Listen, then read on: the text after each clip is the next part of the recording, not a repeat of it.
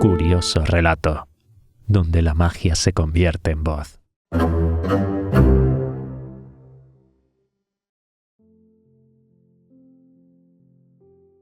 Capítulo 15. Donde la bolsa de los billetes se aligera en algunos miles de libras. El tren se detuvo en la estación. Passepartout se apeó primero, seguido de Mr. Fogg, que ayudó a su joven compañera a bajar al andén. Phileas Fogg pensaba dirigirse inmediatamente al vapor de Hong Kong para instalar cómodamente a Mistress Aouda, a quien no quería dejar sola mientras estuviesen en aquel país tan peligroso para ella. En el momento en que Fogg se disponía a abandonar la estación, un policía se acercó a él y le dijo: ¿El señor Phileas Fogg? «Soy yo». ¿Este hombre es su criado?, añadió el policía, señalando a Passepartout. Sí. Tengan la bondad de seguirme. Mr. Fogg no hizo un movimiento que pudiera demostrar extrañeza. El agente era un representante de la ley y para un inglés, la ley es sagrada. Passepartout, siguiendo la costumbre francesa, quiso discutir, pero el policía le tocó en el brazo con su varita y Phileas Fogg le hizo señas para que obedeciera. ¿Puede acompañarnos esta joven?, preguntó Mr. Fogg. Desde luego, respondió el agente. El policía condujo a Mr. Fogg, Mistress Aouda y Passepartout a un palkigari, especie de vehículo de 4 ruedas y 4 asientos tirado por 2 caballos. Partieron sin que nadie hablase una sola palabra durante el trayecto, que duró cerca de 20 minutos. El coche atravesó primero la ciudad negra, de estrechas calles bordeadas de casuchas en las que bullía una población cosmopolita, sucia y andrajosa. Después penetraron en la ciudad europea, con vistosas construcciones de ladrillo, sombreada por cocoteros y erizada de postes por la que circulaban, a pesar de lo temprano de la hora, elegantes jinetes y magníficos vehículos. El palkigari se detuvo delante de una casa de apariencia sencilla, pero que no parecía estar destinada a los usos domésticos. El policía hizo descender a sus prisioneros, pues bien podía dárseles este nombre, y los condujo a una habitación con ventanas enrejadas, diciendo: «A las 8:30 comparecerán ante el juez Obadiah». Y acto seguido se retiró, cerrando la puerta. «Vaya, estamos enjaulados», exclamó Passepartout, dejándose caer en una silla. Mistress Aouda, dirigiéndose a Mr. Fogg, le dijo, procurando en vano disimular su emoción: «Señor, debe usted abandonarme. Le persiguen por mi causa, por haberme salvado». Fogg se limitó a responder que aquello no era posible. Perseguido por el asunto del Sooty, inadmisible. ¿Cómo se atreverían a presentarse los querellantes? Había sin duda un error. Phileas Fogg añadió que de todas formas no abandonaría a la joven y que la conduciría a Hong Kong. «Pero el buque parte a mediodía», observó Passepartout. «Antes de mediodía estaremos a bordo», respondió el impasible caballero. Esta afirmación fue tan terminante que Passepartout no pudo por menos que decirse: «¿Qué diablos? Esto es cierto. Antes de mediodía estaremos a bordo». Pero no estaba completamente seguro. A las 8:30 se abrió la puerta de la habitación. El policía apareció y condujo a los prisioneros a una sala contigua. Era una sala de audiencia donde un público bastante numeroso, compuesto por europeos e indígenas, ocupaba el pretorio. Mr. Fogg, Mistress Aouda y Passepartout se sentaron en un banco frente a los sitiales reservados para los magistrados. El magistrado, juez Obadiah, entró inmediatamente, seguido del secretario. Era un personaje redondo como una bola, descolgó una peluca pendiente de un clavo y se la puso con habilidad. «La primera causa», dijo, pero llevándose la mano a la cabeza, exclamó: ¡Esta no es mi peluca! «Efectivamente, señor Obadiah, es la mía», respondió el secretario. «Querido señor Oysterpuff, ¿cómo quiere usted que un juez dicte buenas sentencias con una peluca de un secretario?» Acto seguido se verificó el cambio de pelucas. Durante aquellos preliminares, Passepartout se impacientaba, pareciéndole que la aguja marchaba terriblemente deprisa en la esfera del gran reloj que había en la sala. «La primera causa», repitió entonces el juez Obadiah. «Phileas Fogg», requirió el secretario, señor Oysterpuff. Servidor, contestó Fogg. Passepartout. presente. Bien, dijo el juez Obadiah.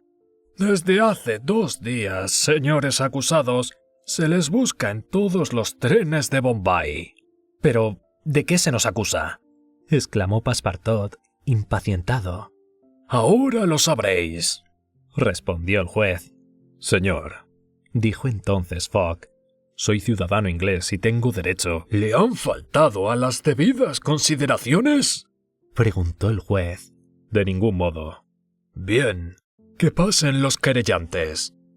A la orden del juez se abrió una puerta y fueron introducidos 3 sacerdotes hindúes. Me lo figuraba, respondió Passepartout. Son los bribones que querían quemar a nuestra joven. Los sacerdotes se mantuvieron en pie delante del juez y el secretario leyó en alta voz una denuncia por sacrilegio formulada contra Phileas Fogg y Passepartout, su criado, acusados de violar un lugar consagrado por los ritos de la religión brahmánica. ¿Ha oído usted?, preguntó el juez a Phileas Fogg. Sí, señor, respondió consultando su reloj. Y lo confieso. ¡Ah! ¿Confiesa usted? Confieso, y espero que estos 3 sacerdotes confiesen a su vez lo que pretendían hacer en la pagoda de Pillaji. Los sacerdotes se miraron y parecía como si no entendieran nada de las palabras del acusado. Sin duda, exclamó impetuosamente Passepartout. Delante de la pagoda de Pillaji iban a quemar a su víctima. Nueva sorpresa de los sacerdotes y profundo desconcierto del juez Obadiah. ¿Qué víctima?, preguntó. ¿Quemar a quién? ¿En plena ciudad de Bombay? ¿Bombay?, gritó Passepartout. Sí, Bombay. No se trata de la pagoda de Pillaji, sino la de Malebar Hill, en Bombay. Como pieza de convicción, he aquí los zapatos del profanador, añadió el secretario, depositando un par de zapatos sobre la mesa. ¡Mis zapatos!, exclamó Passepartout, que muy sorprendido no pudo contener aquella involuntaria exclamación. Fácil es adivinar la confusión que se había producido en el espíritu de amo y su criado. Habían olvidado el incidente de la pagoda de Bombay, y era esto lo que los conducía ante el magistrado de Calcuta. En efecto, el inspector Fix había comprendido todo el partido que podía sacar del desdichado asunto. Retrasando su partida en 12 horas, aconsejó a los sacerdotes de la pagoda de Malebar Hill lo que debían hacer. Les había prometido una fuerte suma como indemnización, sabiendo que el gobierno inglés actuaba con gran severidad en aquella clase de delitos. Después, en el tren siguiente, los lanzó en pos del sacrilegio. No obstante, debido al tiempo invertido en el salvamento de la joven viuda, Fix y los sacerdotes llegaron a Calcuta antes que Mr. Fogg y su criado, quienes debían ser detenidos a su llegada. Júzguese el despecho de Fix cuando supo que Phileas Fogg no había llegado a la capital hindú. Debió creer que su ladrón, deteniéndose en una de las estaciones intermedias, se había refugiado en las provincias septentrionales. Durante 24 horas, en medio de una inquietud mortal, Fix estuvo esperando en la estación. Júzguese también su alegría al verlo descender aquella misma mañana del vagón, en compañía, por cierto, de una joven cuya presencia no acertaba a explicarse. Inmediatamente lanzó un policía sobre él, y de esta forma Mr. Fogg, la viuda del Rajá Bundelkund y Passepartout fueron conducidos ante el juez Obadiah. Si Passepartout hubiese estado menos preocupado, hubiera visto en un rincón de la sala al detective que seguía el desarrollo de la vista con un interés fácil de comprender, pues en Calcuta, como en Bombay y como en Suez, continuaba sin la orden de arresto. El juez mandó levantar acta de la confesión espontánea de Passepartout y hubiera dado cualquier cosa por retractarse de sus imprudentes palabras. ¿Se declara convicto de los hechos?, preguntó el magistrado. Naturalmente, contestó Fogg. Visto, continuó el juez, y considerando que la ley inglesa desea proteger con toda igualdad y rigor todas las religiones de la población hindú, considerando también que el acusado Passepartout ha confesado haber violado con pie sacrílego la pagoda de Malebar Hill de Bombay el día 20 de octubre del actual, se condena a susodicho Passepartout a 15 días de cárcel y a una multa de 300 libras. ¿300 libras?, exclamó Passepartout, que solo se preocupaba de la multa. ¡Silencio!, ordenó el secretario con voz áspera. Y, Añadió el juez Obadiah. considerando que no está materialmente probado que no existe connivencia entre amo y criado, y que en todo caso, éste debe ser responsable de los actos y omisiones de las personas a su servicio, se condena al señor Phileas Fogg a 8 días de cárcel y a 150 libras de multa. Secretario, la causa siguiente. El inspector de policía, desde su sitio, experimentaba una indecible satisfacción. Retenido Phileas Fogg en Calcuta, podía esperar tranquilamente la llegada de su orden de arresto. Passepartout estaba anonadado. La sentencia arruinaba completamente a su amo. Una apuesta de 20.000 libras esterlinas perdida, y todo por haber entrado en aquella maldita pagoda como un papanatas. Mr. Fogg, tan dueño de sí como si aquella sentencia no le afectara personalmente, ni siquiera había fruncido el ceño. Pero en el momento en que el secretario anunciaba otro juicio, se levantó. «Ofrezco fianza», dijo. «Está usted en su derecho», respondió el juez.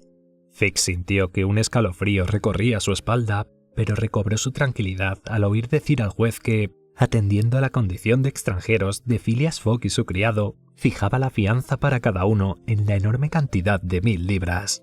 Eran 2.000 libras de gasto para Phileas Fogg si no cumplía la condena. «Pagaré», dijo simplemente el caballero, y retiró del saco que llevaba Passepartout un fajo de billetes que depositó sobre la mesa del secretario. «Esta suma le será restituida cuando salga de la cárcel», dijo el juez. «Entretanto, están ustedes libres, bajo fianza». «Vamos», dijo Mr. Fogg a su criado.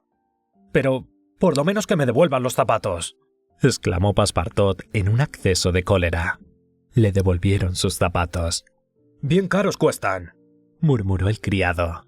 «Más de 1.000 libras cada uno, y eso sin contar con que me aprietan». Passepartout, compungido, siguió a Fogg, que había ofrecido su brazo a Mistress Aouda. Fix esperaba todavía que su ladrón no se decidiera a soltar aquella suma de 2.000 libras y que cumpliría la condena de 8 días de cárcel. Echó, pues, a andar detrás de Fogg. Phileas Fogg tomó un carruaje al que subieron Mistress Aouda y Passepartout.